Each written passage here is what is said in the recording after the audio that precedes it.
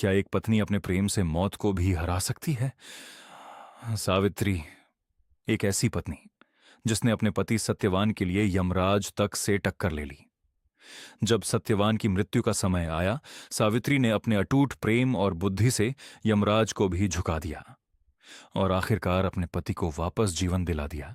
ये कहानी सिखाती है, सच्चा प्रेम कभी हारता नहीं। ऐसी ही दिल छू लेने वाली कहानियों के लिए अभी सब्सक्राइब करें। सुनो कहानी यार। अपनी आंखें बंद कीजिए और कल्पना कीजिए एक ऐसे राजा की जिसके पास सब कुछ था, राज्य, वैभव, सम्मान। लेकिन फिर भी उसके जीवन में एक ऐसी कमी थी जिसे कोई धन पूरा नहीं कर सकता था।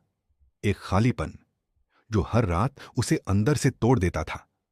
उस खालीपन को भरने के लिए उसने 18 साल तक तपस्या की और जब देवी ने वरदान दिया तो जन्म हुआ एक ऐसी पुत्री का जिसकी कहानी केवल प्रेम की नहीं बल्कि त्याग, साहस और मृत्यु से भी टकराने की है। ये कहानी है सावित्री की। बहुत समय पहले की बात है। भारतवर्ष के मध्य देश में अश्वपति नाम के एक प्रतापी और न्यायप्रिय राजा राज्य करते थे। उनका राज्य हर तरह से समृद्ध था। खेतीबाड़ी से लेकर व्यापार तक सब कुछ वहां बहुत अच्छे से चलता था। राजा अश्वपति अपनी प्रजा को अपनी संतान की तरह मानते थे और प्रजा भी उन्हें उतना ही सम्मान देती थी।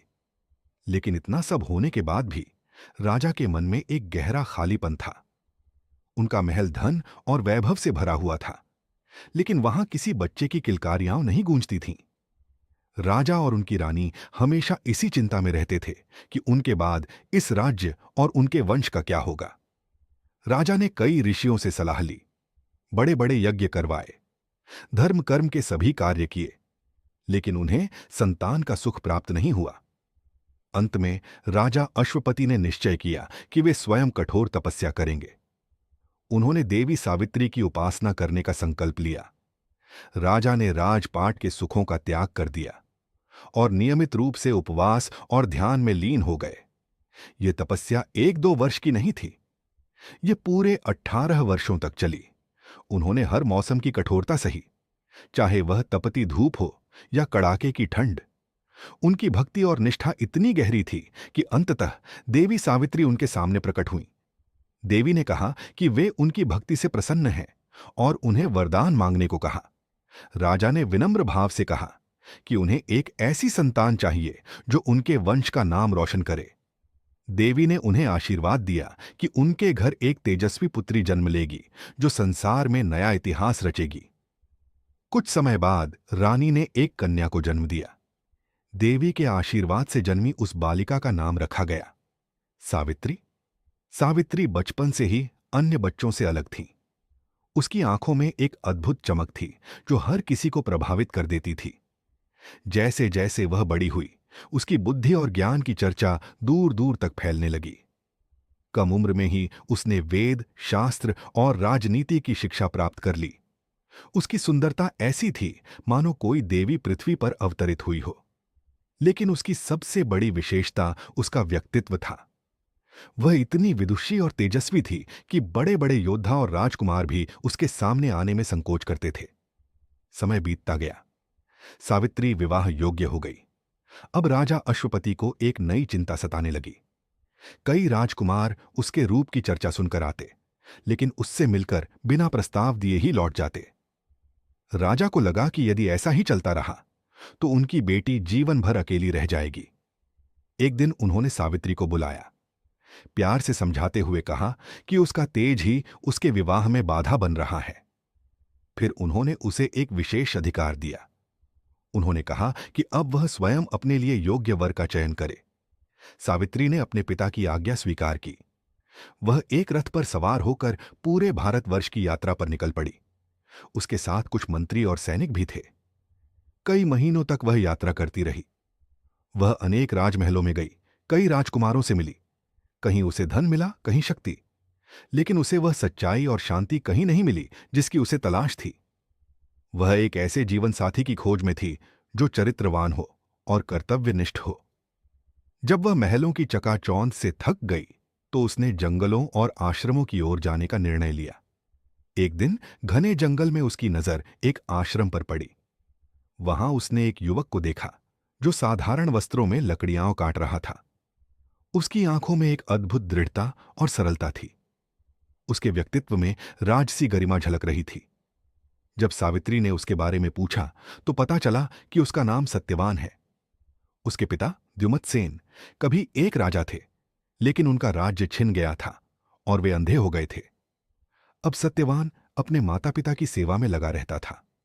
वह जंगल में मेहनत करता, लकड़ियां बेचता और अपने परिवार का पालन करता था। सावित्री ने दूर से उसे देखा। उसने देखा कि वह कितने प्रेम से अपने माता पिता की सेवा कर रहा है। उसी क्षण सावित्री को महसूस हुआ कि उसकी तलाश पूरी हो चुकी है। उसने निश्चय कर लिया कि सत्यवान ही उसका जीवन साथी होगा। उसके मन में एक गहरा सुकून था, लेकिन वह इस बात से अनजान थी कि उसका यह निर्णय आगे चलकर एक बड़ी परीक्षा बनने वाला है। सावित्री ने अपने रथ को वापस अपने राज्य की ओर मोड़ने का आदेश दिया ताकि वह अपने पिता को यह समाचार सुना सके। सावित्री जब अपने भ्रमण से वापस लौट रही थी तो उसके मन में एक अजीब सी शांति और खुशी थी। उसने वह पा लिया था जिसे खोजने के लिए उसने हजारों मीलों का सफर तय किया था। सत्यवान के रूप में उसे एक ऐसा जीवन साथी मिल गया था जिसके पास भले ही राजपाट न हो, लेकिन जिसका चरित्र किसी भी सम्राट से कहीं अधिक ऊंचा था। जैसे ही सावित्री का रथ मद्र देश की सीमा में प्रवेश किया, राजमहल में उसके स्वागत की तैयारियां शुरू हो गईं। राजा अश्वपति अपनी बेटी के लौटने का बेसब्री से इंतजार कर रहे थे। उन्हें उम्मीद थी कि सावित्री ने अवश्य किसी महान योद्धा या किसी बड़े राज्य के राजकुमार को चुना होगा। उस समय राजा अश्वपति अपने दरबार में बैठे थे और उनके साथ देवर्षि नारद मुनि भी विराजमान थे। दोनों किसी गहन विषय पर चर्चा कर रहे थे। तभी सावित्री ने दरबार में प्रवेश किया। उसने झुककर अपने पिता और नारद मुनि के चरण स्पर्श किए। राजा ने स्नेहपूर्वक उसे अपने पास बैठाया और उत्सुकता से पूछा, पुत्री, तुम्हारा भ्रमण कैसा रहा? क्या तुम्हें कोई ऐसा वर मिला जो तुम्हारे तेज और संस्कारों के योग्य हो? हमें उसका नाम बताओ ताकि हम विवाह की तैयारियां प्रारंभ कर सकें। सावित्री ने विनम्रता से सिर झुकाया और शांत स्वर में कहा, पिताजी, मैंने अपना वर चुन लिया है। सल्वदेश के राजा द्युमत सेन, जो अब अपना राज्य खो चुके हैं और अंधे होकर वन में रहते हैं, उनके पुत्र सत्यवान को मैंने अपना पति स्वीकार किया है। सत्यवान गुणों की खान है। वे अपने माता पिता की निस्वार्थ सेवा करते हैं और सत्य के मार्ग पर चलते हैं। मैंने निश्चय कर लिया है कि मैं अपना जीवन उन्हीं के साथ बिताऊंगी। सावित्री की बात सुनकर राजा अश्वपति के चेहरे पर मुस्कान आ गई। उन्हें प्रसन्नता हुई कि उनकी पुत्री ने सुविधाओं के बजाय गुणों को चुना। लेकिन वहीं बैठे नारद मुनि का चेहरा अचानक गंभीर हो गया। उन्होंने एक गहरी सांस ली और उनकी आंखों में चिंता स्पष्ट दिखाई देने लगी। राजा ने घबराकर पूछा, हे देवर्षि, आप इतने चिंतित क्यों हो गए? क्या सत्यवान में कोई दोष है?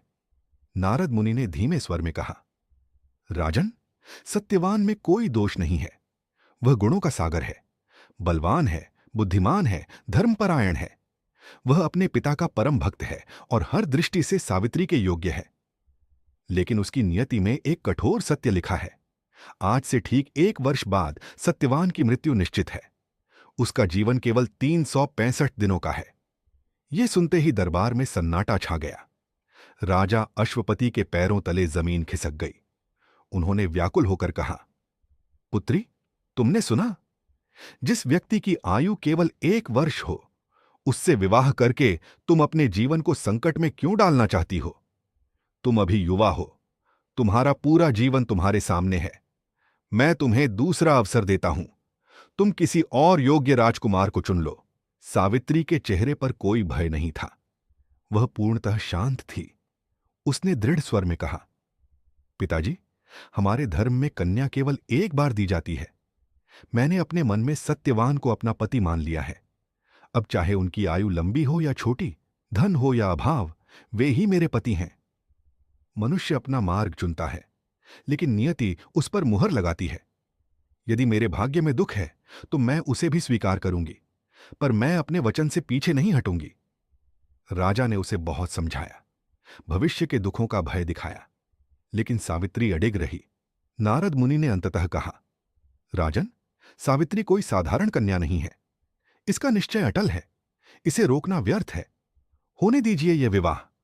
संभव है इसका तेज ही कोई नया मार्ग बना दे। अंततः राजा अश्वपति को उसकी बात माननी पड़ी। उन्होंने भारी मन से सत्यवान के पिता द्युमत्सेन को विवाह प्रस्ताव भेजा। द्युमत्सेन ने आश्चर्य से कहा, हम तो वन में रहते हैं, हमारे पास न धन है न सुख सुविधा, आपकी पुत्री यहां कैसे रहेगी? लेकिन सावित्री ने स्वयं आगे बढ़कर कहा, मुझे महलों की आवश्यकता नहीं है, मुझे केवल सत्यवान का साथ चाहिए।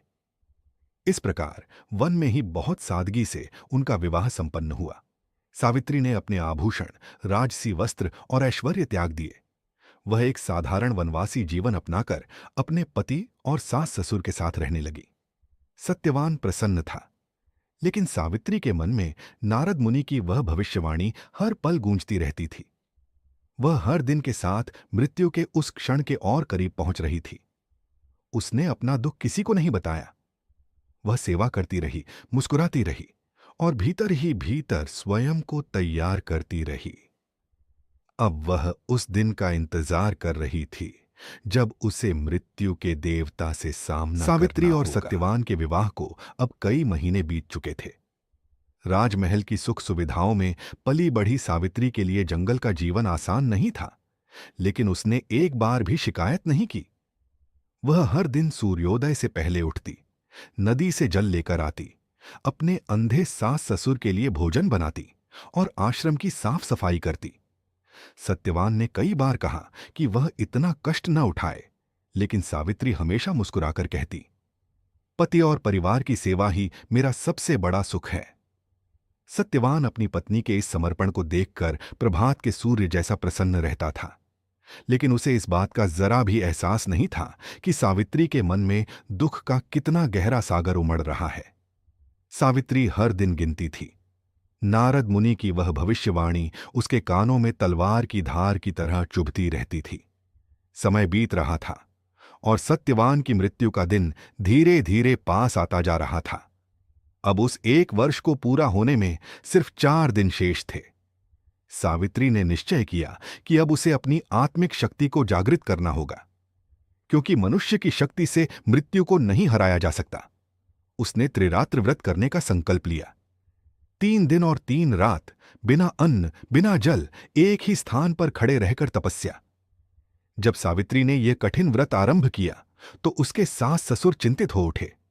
राजा द्युमत्सेन बोले, पुत्री, तुम्हारा शरीर इतना कोमल है, तुम इतना कठोर उपवास कैसे कर पाओगी? 3 दिन तक बिना जल के रहना असंभव है। सावित्री ने विनम्र स्वर में कहा, पिताजी, आप निश्चिंत रहें, संकल्प में बहुत शक्ति होती है। मेरा संकल्प ही मुझे हर कमजोरी से दूर रखेगा। 3 दिन तक न उसने कुछ खाया न सोई। वह केवल ईश्वर का ध्यान करती रही और अपने पति की दीर्घ आयु के लिए प्रार्थना करती रही। उसका चेहरा तपस्या की अग्नि से और भी तेजस्वी हो उठा था। अंततः वह दिन आ गया जिसका भय सावित्री को लंबे समय से था। सत्यवान के जीवन का अंतिम दिन। सुबह जब सत्यवान लकड़ियां काटने जंगल जाने के लिए तैयार हुआ तो सावित्री ने उसका रास्ता रोक लिया। उसने धीमे स्वर में कहा, स्वामी, आज मैं भी आपके साथ वन में चलूंगी। आज मेरा व्रत पूर्ण हो रहा है और मेरा मन चाहता है कि मैं आज का पूरा दिन आपके साथ रहूं। सत्यवान ने पहले मना किया, क्योंकि सावित्री व्रत के कारण बहुत कमजोर हो चुकी थी, लेकिन उसकी आंखों में छुपी जिद और अनकहा दर्द देखकर वह उसे रोक नहीं सका। सावित्री ने सास ससुर से आज्ञा ली और सत्यवान के साथ जंगल की गहराइयों में चल पड़ी। आज जंगल कुछ अलग लग रहा था। पक्षियों की आवाजें धीमी थीं। हवा में एक अनजाना भारीपन था। सावित्री हर पल सत्यवान का हाथ थामे हुए थी, जैसे वह उसे हर बुरी शक्ति से बचाना चाहती हो। सत्यवान को लगा कि शायद सावित्री थक गई है, लेकिन उसे क्या पता था कि सावित्री मृत्यु की आहट सुन रही थी। दोपहर का समय था।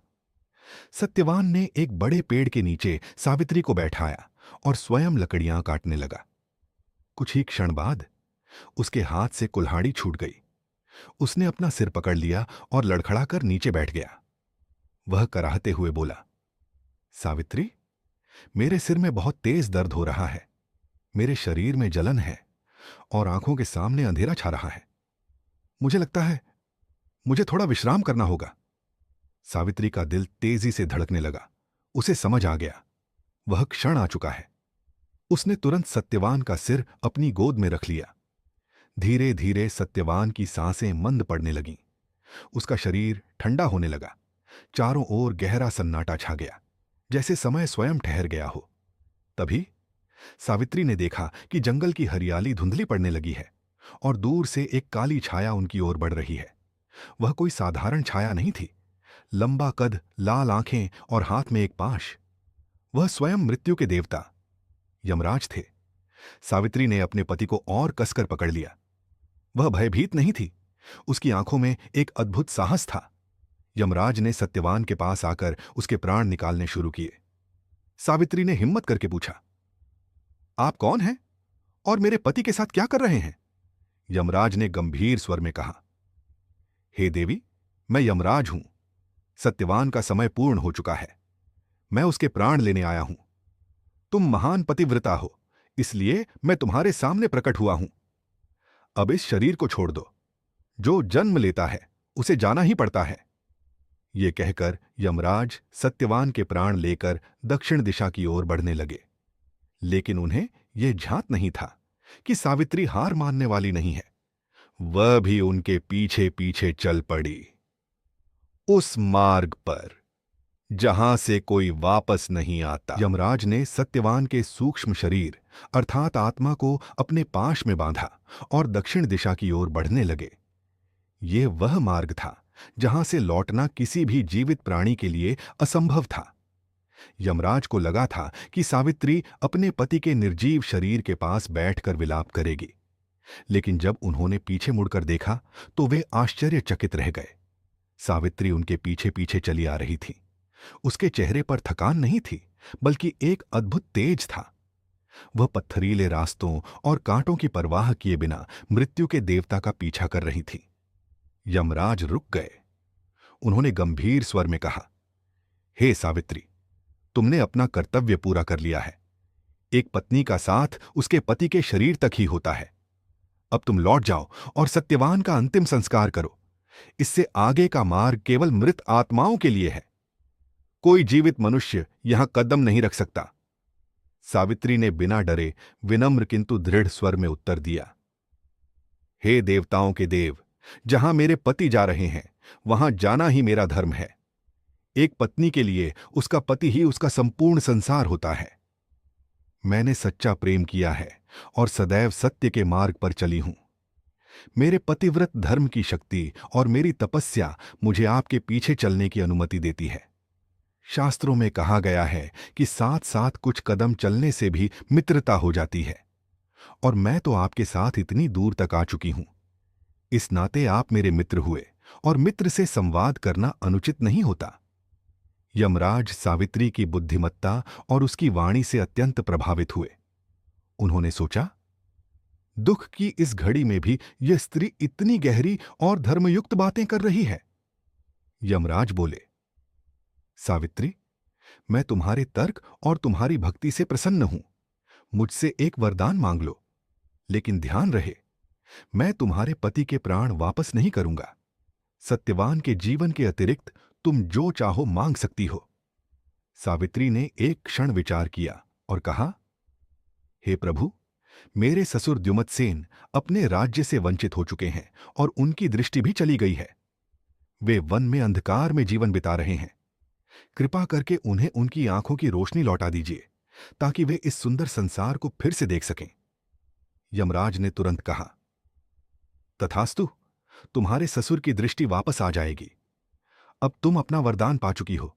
अब लौट जाओ, तुम्हारा शरीर थक चुका होगा। लेकिन सावित्री रुकने वाली नहीं थी। वह फिर से यमराज के पीछे चलने लगी।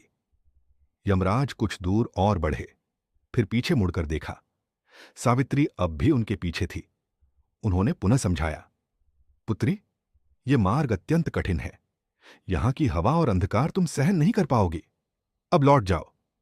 सावित्री मुस्कुराई और शांत स्वर में बोली, हे यमराज, आप सबके कर्मों का लेखा रखते हैं, इसलिए आपको धर्मराज कहा जाता है। आप भली भांति जानते हैं कि सत्पुरुषों का साथ कभी व्यर्थ नहीं जाता। जो मनुष्य धर्म के मार्ग पर चलता है, उसे किसी का भय नहीं होता। मैं अपने पति के साथ हूं, तो मुझे भय कैसा? जब तक मेरे पति आपके पास हैं, मेरी मंजिल भी वही है जहां आप जा रहे हैं। यमराज को सावित्री की बातों में एक अद्भुत शांति अनुभव होने लगी। उन्हें लगा कि वे किसी साधारण स्त्री से नहीं, बल्कि एक महान विदुषी से संवाद कर रहे हैं।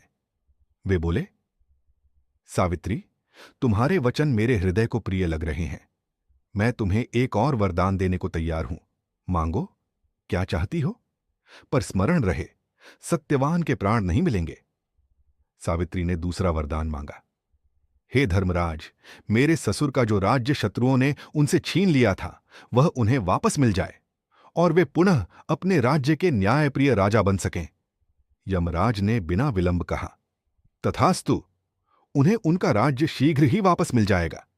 अब तो तुम्हारी इच्छा पूरी हो गई, अब लौट जाओ। लेकिन सावित्री के कदम नहीं रुके। वह जानती थी, अभी वास्तविक परीक्षा शेष है। वह मृत्यु के देवता के साथ उस सीमा तक पहुंच चुकी थी जहां से आज तक कोई जीवित मनुष्य वापस नहीं लौटा था। सावित्री की तपस्या की अग्नि अब यमराज भी अनुभव कर रहे थे। उन्हें समझ आ रहा था, ये स्त्री केवल अपने पति के लिए नहीं, बल्कि मृत्यु के नियमों को चुनौती देने आई है। सावित्री का संकल्प इतना गहरा था कि अब यमराज भी उसके अगले कदम की प्रतीक्षा करने लगे। यमराज ने सत्यवान के सूक्ष्म शरीर अर्थात आत्मा को अपने पाश में बांधा और दक्षिण दिशा की ओर बढ़ने लगे। यह वह मार्ग था जहां से लौटना किसी भी जीवित प्राणी के लिए असंभव था। यमराज को लगा था कि सावित्री अपने पति के शरीर के पास बैठकर विलाप करेगी, लेकिन जब उन्होंने पीछे मुड़कर देखा तो वे स्तब्ध रह गए। सावित्री उनके पीछे पीछे चली आ रही थी। उसके चेहरे पर थकान नहीं थी, बल्कि एक अद्भुत तेज था। वह पत्थरीले रास्तों और कांटों की परवाह किए बिना मृत्यु के देवता का पीछा कर रही थी। यमराज रुक गए। उनकी आवाज गंभीर थी और पूरे वातावरण में गूंज उठी। हे सावित्री, तुमने अपना कर्तव्य पूरा कर लिया है। एक पत्नी का साथ उसके पति के शरीर तक ही होता है। अब तुम लौट जाओ और सत्यवान का अंतिम संस्कार करो। इससे आगे का मार्ग केवल मृत आत्माओं के लिए है। कोई जीवित मनुष्य यहां कदम नहीं रख सकता। सावित्री ने बिना डरे, विनम्र लेकिन दृढ़ स्वर में उत्तर दिया, हे देवताओं के देव, जहां मेरे पति जा रहे हैं, वहां जाना ही मेरा धर्म है।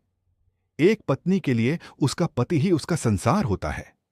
मैंने सच्चा प्रेम किया है और सदैव सत्य के मार्ग पर चली हूं।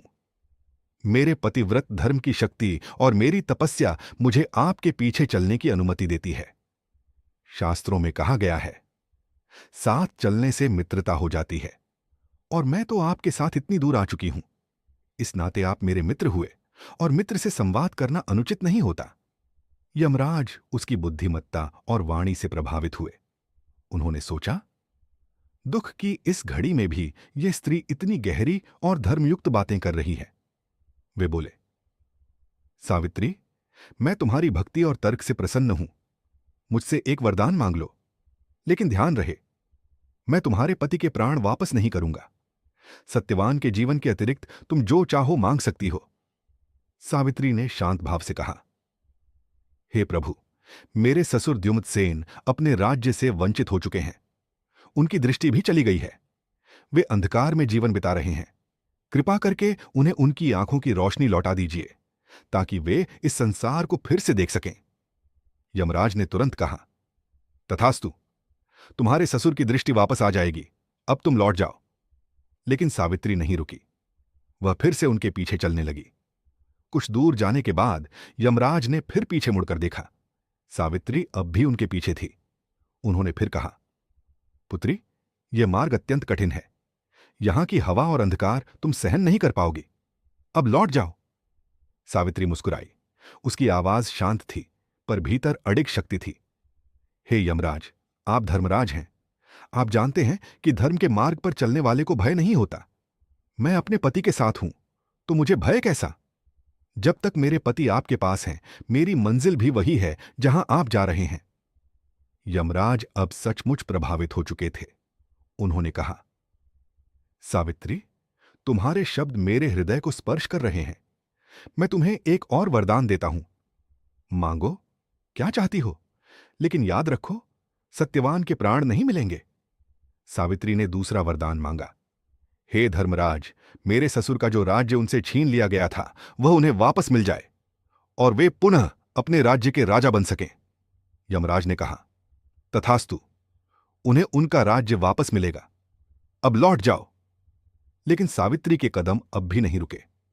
वह जानती थी, अभी अंतिम परीक्षा बाकी है। अब वे उस सीमा तक पहुंच चुके थे जहां से आज तक कोई जीवित मनुष्य वापस नहीं लौटा। यमराज ने गहरी सांस ली। उन्होंने कहा, सावित्री, तुम अद्भुत हो। मैं तुम्हें एक तीसरा वरदान देता हूं। मांगो, क्या चाहती हो, लेकिन इस बार भी सत्यवान के प्राण नहीं मिलेंगे। सावित्री ने अपने शब्द बहुत सोच समझकर चुने। उसने कहा, हे धर्मराज, मुझे यह वरदान दीजिए कि मैं 100 पुत्रों की माता बनूं। मेरे पुत्र गुणवान हों और हमारे वंश को आगे बढ़ाएं। यमराज ने तुरंत कहा, तथास्तु, तुम 100 पुत्रों की माता बनोगी। और वे आगे बढ़ने लगे। लेकिन तभी उनके मन में एक विचार कौंधा। 100 पुत्रों की माता? यमराज ठिठक गए। उन्होंने सोचा, सावित्री एक पतिव्रता स्त्री है। वह अपने पति के अलावा किसी और को स्वीकार नहीं कर सकती, तो बिना सत्यवान के वह माता कैसे बनेगी? यमराज समझ गए, वे अपने ही वचन में बंध चुके हैं। यदि सत्यवान मर जाता है तो वरदान झूठा हो जाएगा, और यदि वरदान सत्य रखना है तो सत्यवान को जीवित करना ही होगा। यमराज ने मुस्कुराकर सावित्री की ओर देखा। उन्होंने कहा, सावित्री, तुमने आज मृत्यु को भी परास्त कर दिया। तुम्हारी बुद्धि, तुम्हारा प्रेम और तुम्हारा धर्म, इन सब ने नियति को बदल दिया है। मैं तुम्हें तुम्हारा पति वापस देता हूं।